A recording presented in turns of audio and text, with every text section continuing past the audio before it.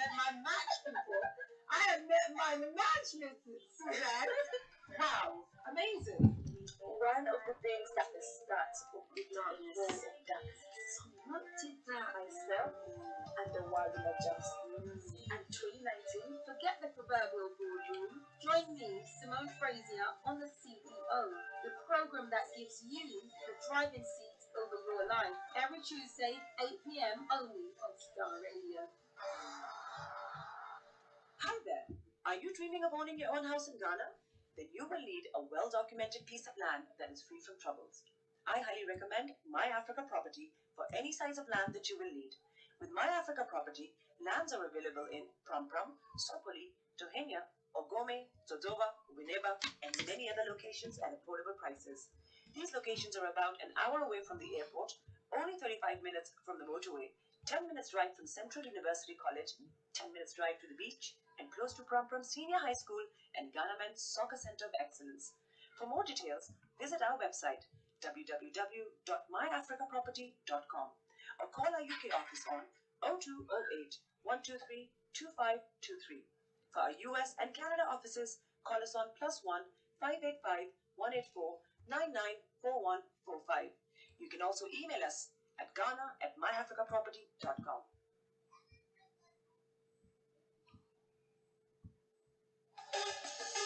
Hey, if you know God is good, God, come on.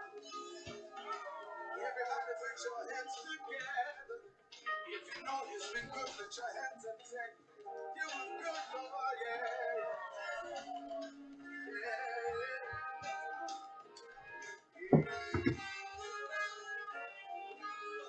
Everybody say, Lord, I'm here to sing my praises for all you have done. And I will lift my voice to give you thanks and say you are God. For your love and your grace, for your faithfulness is shame. All honor, all glory to you. I will lift my voice down to the sun. That gives me something to do.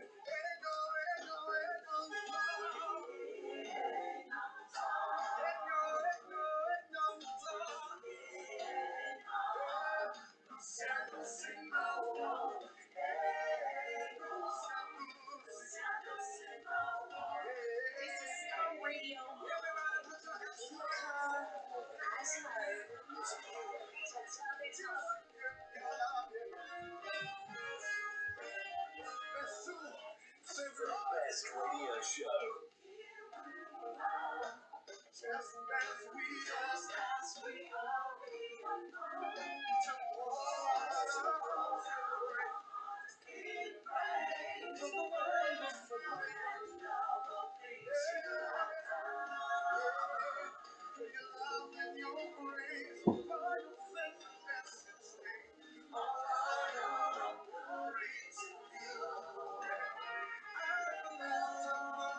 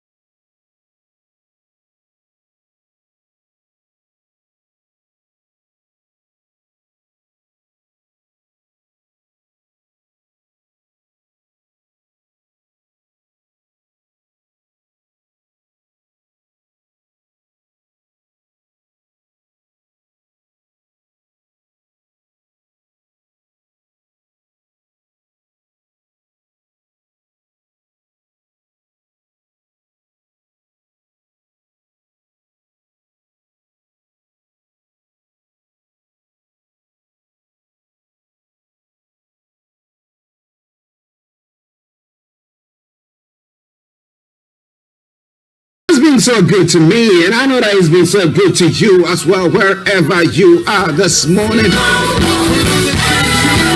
This wonderful Monday morning, Starr Radio UK. Playing in the background something from Joe Metal and the Better Revival Choir. Let me take this opportunity to say good morning to Olayomi Joe Taiwo. So you will be remembered for two things after you're gone: the problem you solved and the problem you created. So which one or where do you find yourself? Are you creating problems or are you helping to resolve problems or solve problems? That is a question that Olayomi Joe is also asking this morning. Olayomi Joe, good morning to you once again, and thank you very much for that input. It is Starr Radio UK, your favorite Caribbean radio station in London.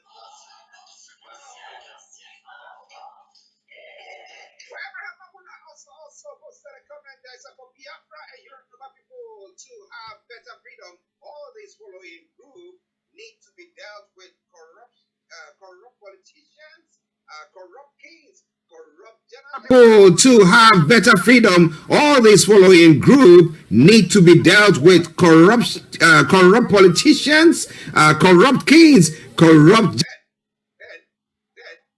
Then we so we refuse to deal with all this corrupt group. Our agitation is just a child's play, and that is quite an interesting one comment or statement that he has made this morning. But wherever you are, it is Starr Radio UK. It is your favorite African and Caribbean radio station in London. Bring it up now to 11. And it's 11 minutes after 11. And the long-awaited Mr. Koiki, I told you he was on an errand where we have investigated peace. He's not finished with it, but he's here this morning to bring you updates from Nigeria. Let me say, Yomi, good morning to you. Well, it is a very good morning to you, Mr. Archie, and I hope you can hear me loud and clear back in the studio. Loud and clear, loud and clear. How are you? Well, it's been a very long weekend. It's been a long week away from the platform that we bring the information out, and I can only say to our viewers and listeners from around the globe that we are back again.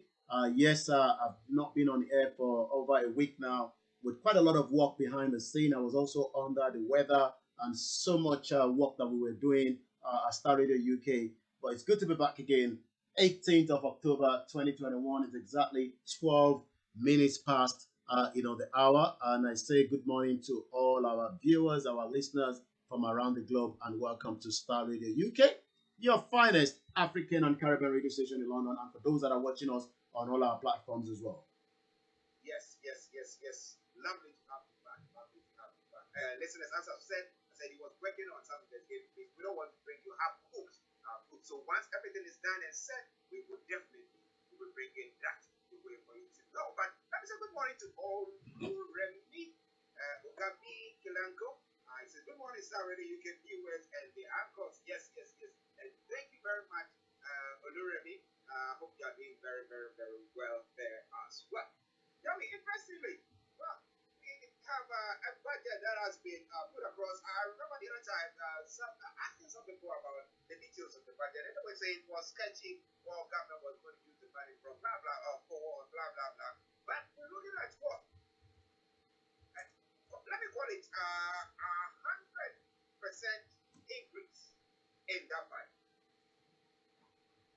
Well, you're quite right. The $35.66 billion budget, which is what a lot of Nigerians have been following since the president came to discuss about that.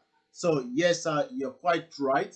We're looking at the Nigerian Parliament has now approved on Monday last week, the government 2021 budget of 13.6 trillion naira, which is equivalent to about $35 billion, assuming 3% annual economic growth, oil prices, which is about $40 to a barrel, and about 1.86 million barrels a day of crude oil production. I mean, when we look at a budget like that, a lot of Nigerians will say, what has been the implication of, not having enough to go around 200 million Nigerians. Our dependence on crude oil has been part of the problem. The budget, which will take effect when the Nigerian President Muhammadu Buhari signed it into law, though a date has not been set. As at then, the exchange rate is still fluctuating as well, but it is being benchmarked on based on $40 per barrel. And sometimes, people like us, when we look back and ask, those questions when, we were having a huge amount of income from, the crude oil, you would have expect something a little bit much better.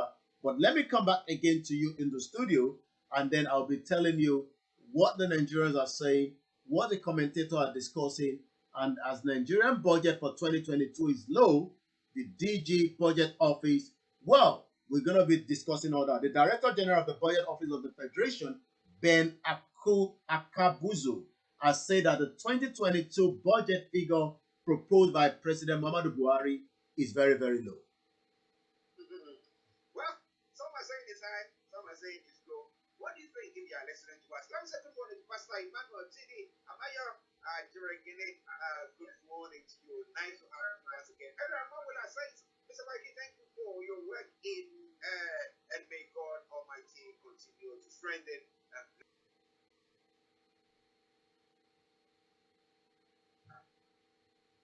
listen to this program. Okay, so let's go into some of the nitty-gritties when it comes to that budget. Well, when we go into the nitty-gritty, the most important thing to an average Nigerian would be what benefits me from a budget. I remember when I was in secondary school and I was just completing it, and one of my uncles sat us down, to tell us to give us, to give him a kind of what a budget means. It means a lot of things to different people, but one thing is that 16.39 trillion budget, to the joint section of the National Assembly. The figure is the highest in the country history and over 3 trillion more than the 2021 budget. But Buhari inged the increase on the need to give the INEC a sum of 100 billion for 2023 general election. That itself, is a lot at stake because there's a lot of Nigerians and a lot of those that disagree with Nigeria in whatever capacity, whether it's a restructuring of a Nigeria, whether it is the self-determination, whether it is those that just believe that it's revolution now, giving 100 billion to the 2023 general election. Another 50 billion naira will be set aside for health workers hazard allowance and other allocation to security agency, with total available revenue for the year to be estimated about 10.13 trillion. So the question then is, when we look at the 50 billion as an example, just after so many days away from working, the resident doctors have resumed back work. It's all based on the not getting enough being paid as well. But something we've got to also remember is the backdrop of the budget breakdown at the soaring state of the country debt profile. Our debt is increasing, and we are paying more money to some of those debts as well. Nigerians, after presentation, took to different social media platforms to condemn this figure. And Mr. Akabuzu, a leading person in the budget preparation, said the federal budget is so low compared to the country unmet needs. What are the needs of Nigerians this morning? An average Nigerian wants to make sure that their children have something to eat. They want to have the basic things of life. They want to make sure that, just like we had a presentation, on our platforms with all the media across, those, and this is again our own personal opinion, not literally the view of Starr Radio UK, which I am involved as somebody that believes that it's time to have a self-determination out of Nigeria.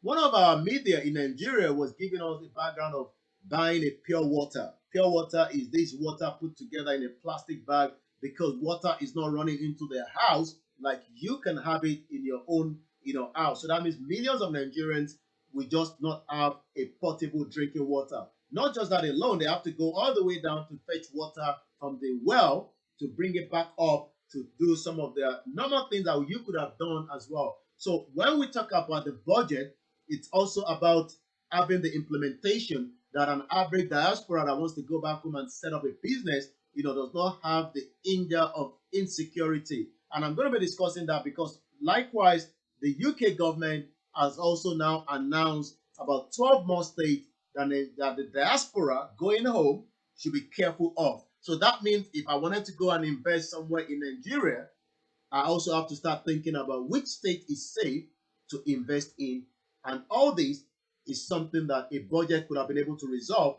But because we are having a country where everything is coming from the top, it's having a difficulty to break it down. I was watching the vice president summit that took place at Ekiti State as an example. We had about a couple of governors were there. They went back on and on saying they have to tell the vice president, even though he avoided it.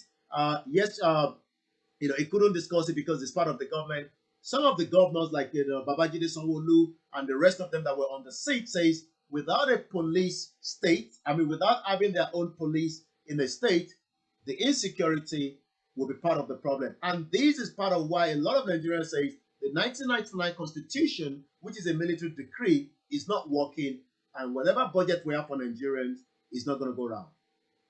Well, somebody said money makes the world go round. So some are of the view that this budget with the 1999 Constitution that is being, they are of the view that it will not solve Nigeria's issues. What do you think if you are listening to us?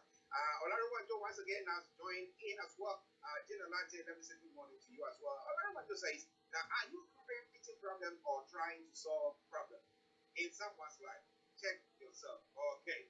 Olayomi, thank you very much. Then, now let's move on to some of the other stories that is making the rounds. APC Parallel Congress, Amazon, Solar, Live may lose out party back government. So what is that? Is it like Mohammed you are talking about? Who is going to lose out? Well, as you know, 2023. Let's look at our countdown. On our timeline on Star Radio UK, and tell people what the timeline is. As so many people are monitoring what is happening back home, especially those that want to be involved in the politics today. 480 days, 13 hours, 38 minutes, and the seconds continue to drop down before the 2023 general election. Yes, some of the party have been having some of their congress that would then lead to who becomes the governors, who becomes whoever within the party to contest under the party. There was strong indication yesterday that in states where parallel congress were held, the All Progressive Congress, also the APC, would recognize only the executive council supported by the incumbent governors in the APC state. The reason why that particular state in Ogun State, as an example, and some other state outside, the southwest, a member of the party national caucus who confide in one of the papers also said in the non-APC state, the party will recognize Congress endorsed by the highest political office in such state. It was gathered that parties, stand was anything to go by. Chieftains of the party, including a senator, a minister of interior, and the minister of information, might lose out in the power tussle. Let's go back to Ogun State as an example. Prior to the last election, the party had the support of a particular candidate, while while the present governor then is now a senator, was not in support of what the party wanted. He was supporting somebody else, and this is about something that is playing out as well, in this party congress happening in most of the state. But according to what is being said, violence and protests rocked APC congress that were held across the country on Saturday, from faction emerging in Lagos State, in Ogun State, in Kwara, in Osun State, and even in Kano State. In Ogun State, a faction loyal to the former governor of the state, Senator Amosun, which held his congress at the palace of Alaki of Egbaland, elected Chief Darren Adebiyi as the chairman, but the governor himself, who has the power, is an incumbent governor, held his congress at the MKO Abiola Stadium, where Chief Yemi Sanusi emerged as the chairman. You can see, as Fela will say, trouble they come, Yanga they do something. Well, trouble they come and Yanga they do something. What is Yanga they do there? Well, it is that review. Okay. Ayo Labi, good morning to you. Thank you for the heart that you are sending to us. Prince Joseph, okay, good morning to you as well. Hope you are doing very, very well. But Amayo says that we all would love to live a life of comfort, but a life of comfort is built through inconvenience. my Yoruba people, let's inconvenience ourselves now to live a comfortable life in the future. My goes on. We all would love to. Okay, that's what I've read. And yes, so continue to share the broadcast with your friends and loved ones. Invite them to like our pages as well. It is Starr Radio UK. This one live before in our North London studios. I'm Archie here in our South London studios. And we are bringing you updates from Nigeria. So we'll go back to Yomi for him to bring you the rest of the updates. Go back to you. Yes, thank you very much, Mr. Archie, and we say thank you very much to those of you that have, stand by with Starr Radio UK all these days as we continue to take you through some of those headlines from not just Nigeria, from across, the continent. Let's go back to some of the other headlines that we have this morning. The news of, government paying the terrorists to buy back an anti-aircraft gun has been denied by the government, even though the news is already filtered through saying that the government paid back $50,000 to get back an anti-aircraft gun that was taken cut away. As we know, the terrorists has gone through most of the military barracks most of the time, and they were worried that that could be used to take down the presidential jet. That has also been the news so far as well. Pandora Papers. EFCC opens a probe for the former governor of Anambra State, Peter Obi, and also Stella Odua, and the NPA boss. That is coming from the headline this morning. Presidency fought ONU and NITR Council contest minister dissolution order.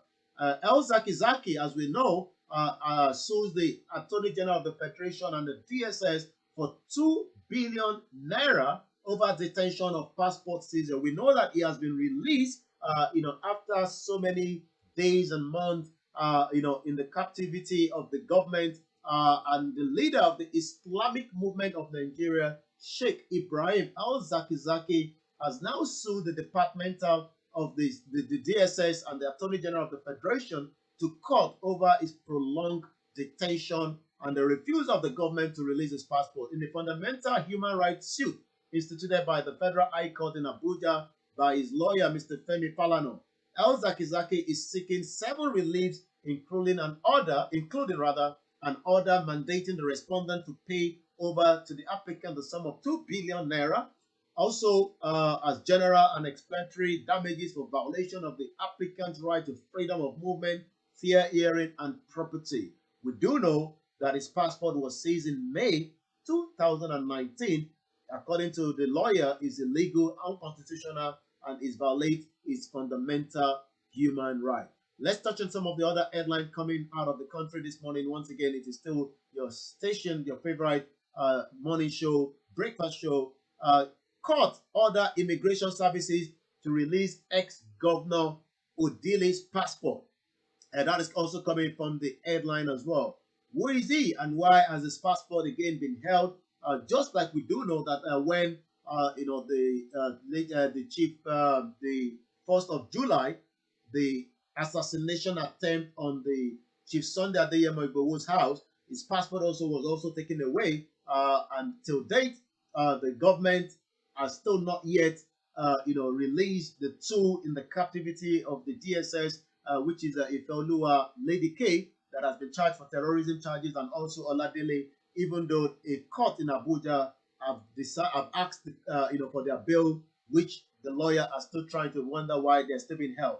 The Nigerian Immigration Services has seized Mr. Odili passport based on a request from the Economic and Financial Crimes Commission (EFCC), which claimed he was on a watch list. The Federal High Court in Abuja on Monday has now ordered the Nigerian Immigration NIS to immediately release the international passport of the former Rivers State Governor Peter Odili. NIS operative had seized Mr. Odili's passport upon his arrival from a trip back in the United Kingdom June this year, 20th of June. Displeased with the seizure, Mr. Odili sued the NIS and his Controller General to retrieve his passport. In defense, they say Mr. Odili's passport was seized based on a request from the Economic and Financial Crimes Commission. Let's touch on some of the other headlines as well, and then we come back again to you in the studio. It's exactly 11:29, the 18th of October 2021.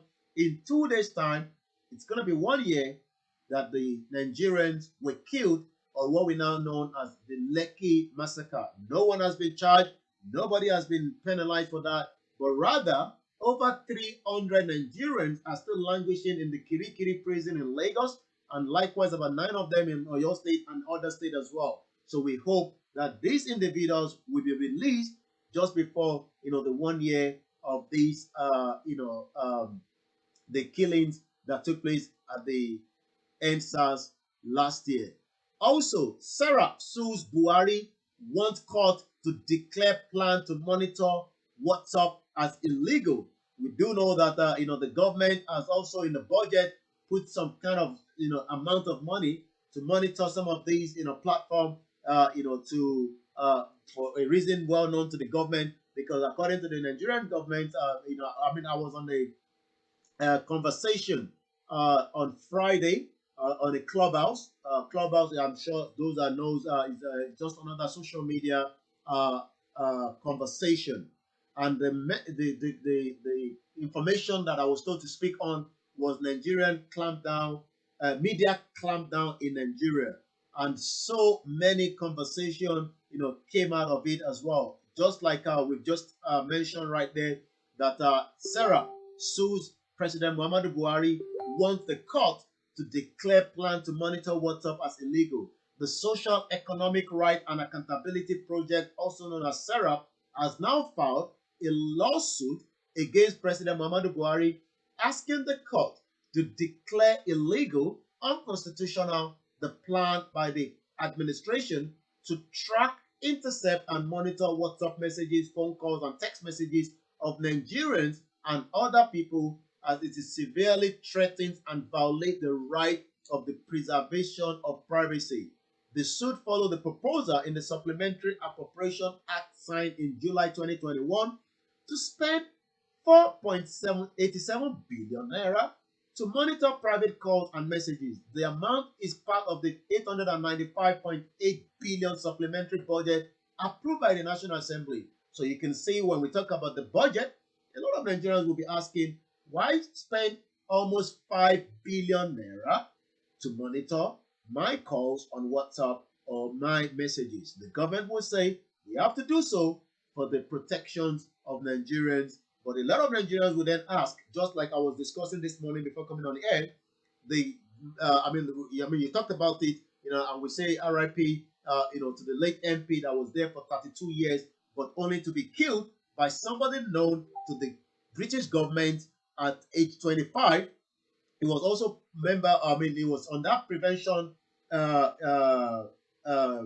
program, which is being put together. About 6,000 people are on that prevention program, but yet he was still able to slip away, in the midst of the security, to commit that atrocity that end up the life of the member of parliament, on Friday. So my question is, when I go into the next headline, which I'm then going to come back to you in the studio, 13,000 Boko Haram have now surrendered. The question is, who monitors them when they are finally left alone back into the society?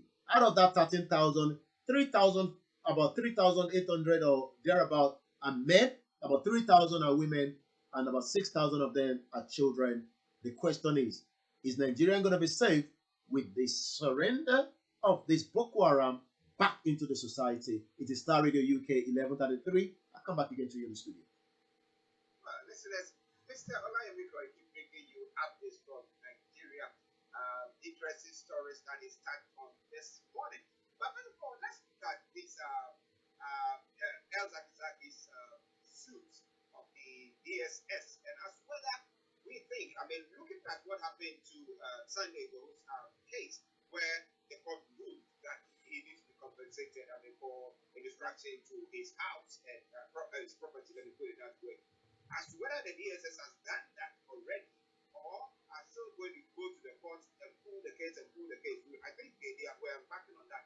So, taking that as a yardstick, do you think El Zakizaki is going to get anything from this step that he's taking to go to the courts? And that makes me, when I was watching, one of, fella, grandson show that was speaking to one of the media in Nigeria, on the situation, especially the election. It talked about similar to what you just asked now that it's like trying to he said somebody the government trying to get 20 billion from the government is like the government is going to strangle you more. So yes, the government might be asked to pay or to release certain information, especially if somebody like Chief Sunday Igboho that was his house was raided without any search warrant. Two individuals were killed. As we speak right now, the bodies have not been returned. Yes, he has won the case in the court in Oyo State, but you're talking more about the El Zakizaki. Yes, 2 billion is what the senior advocate of Nigeria, Femi Falana, has put together for what we call the applicant right, damage for violation of the applicant's right to freedom of movement, fair hearing. My question is, we have a government that is still operating as if we're still in the military era. This government does not understand what is democracy. This government does not understand that era of when military were coming in, a lot of Nigerians were scared of them, and we were scared of them as at the time because I was in Nigeria, military administrator rather than what we have now that is the governor. And if the present system does not understand that, you must understand, and this again is going to be a test of time. In 3 days' time, Abuja will become another point to focus on whether they will bring in Nnamdi Kanu to court after his rendition and kidnap from Kenya. So we have a government of the same government that was there, but in a military dictator era. I'm talking about President Muhammadu Buhari that overthrown a civilian government then, still thinking that he's operating on a military dictator, and that means media can be gagged, citizens will not be given that freedom of leverage, freedom to discuss, freedom to protest, which is still under that fraudulent constitution. Again, on Wednesday, we will see what is going to happen because a lot of Nigerians are saying they want to come back out, to protest against what they never finished on Wednesday. But again, all this is not allowed in Nigeria today based on the mentality that they think that we are still in that military era.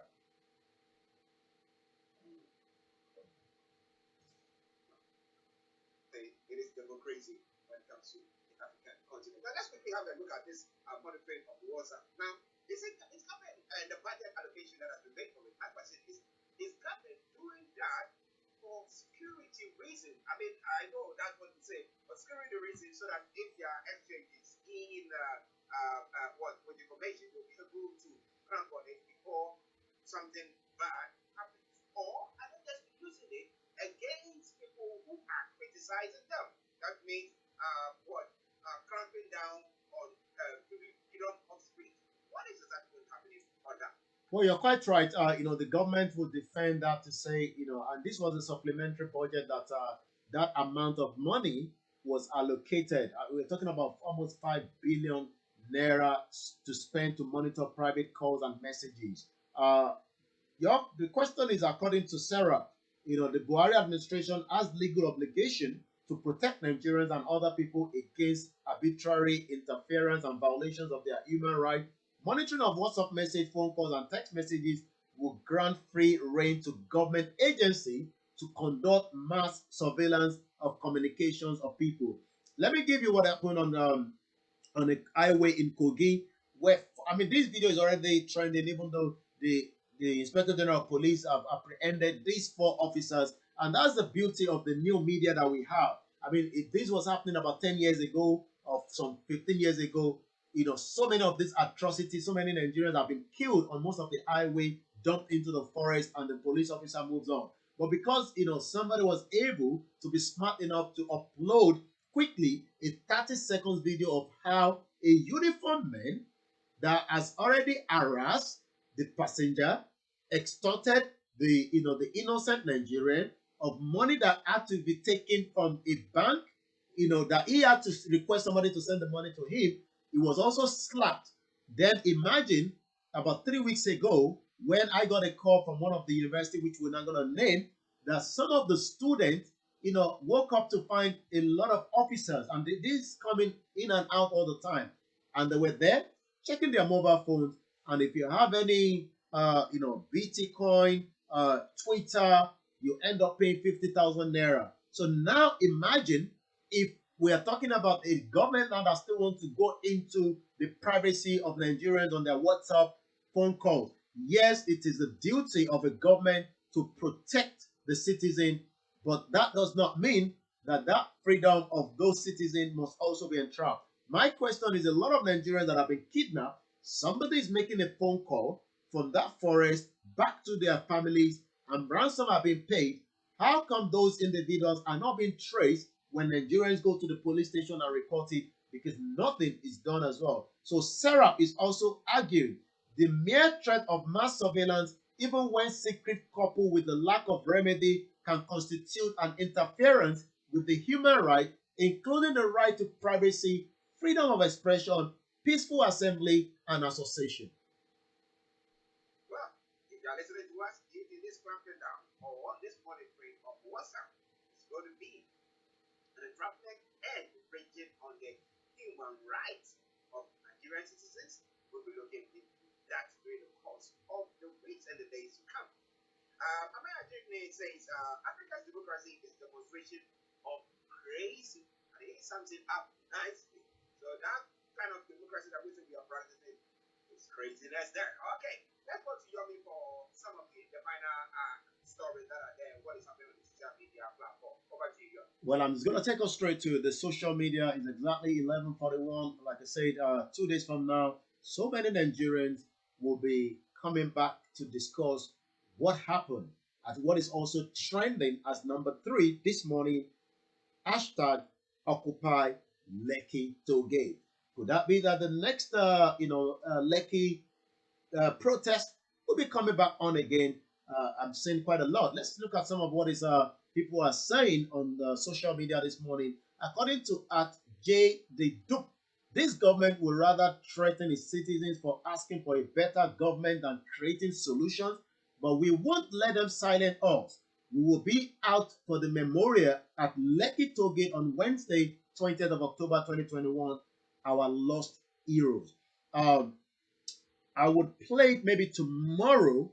The one of the audio of the DJ Switch that spoke rather in Oslo, where she's being kept in a safe location because the Nigerian government is after her life, and this is part of why a lot of them. I mean, she was part of those individuals that were on the ground on the day of the NSAS massacre, but because she was recording on her Instagram and that was being beamed across the globe, she has now become a threat to the Nigerian government, and she get a safe area in Canada ready for the lecture. They talked about it. Now, do you think that Nigerians are aware of their rights as individuals, as citizens, when they come into contact with the police? Or, I mean, everything is shrouded in some secrecy, and people don't know, and therefore, anytime the policeman is doing anything, they can just do that and go scot free.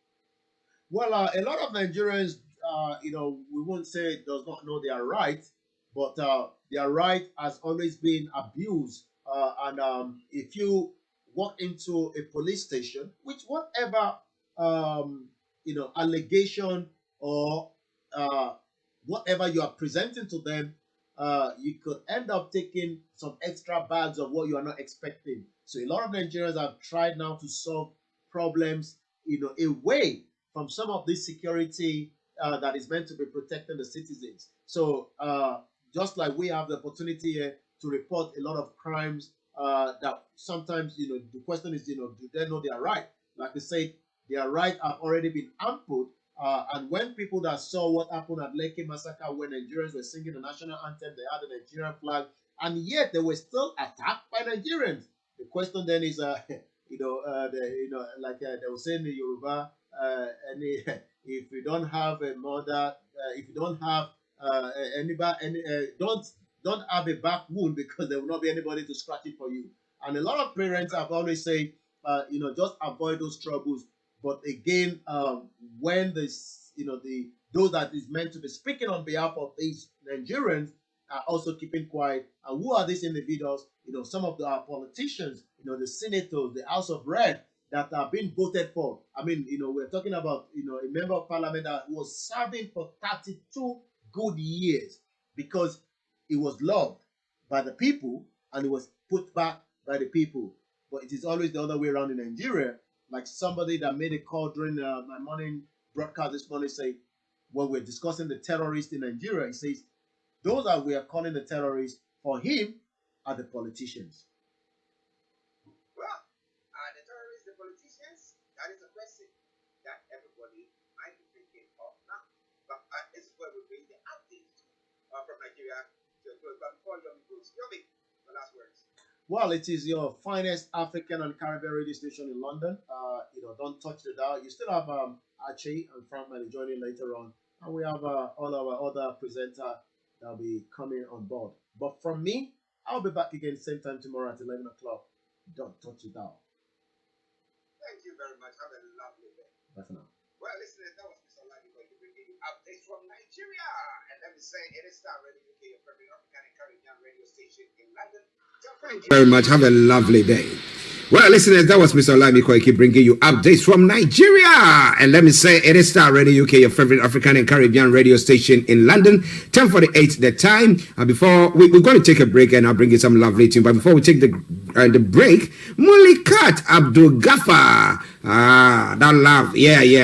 We love you to bits as well. And thank you very much for sharing with us as well. Okay.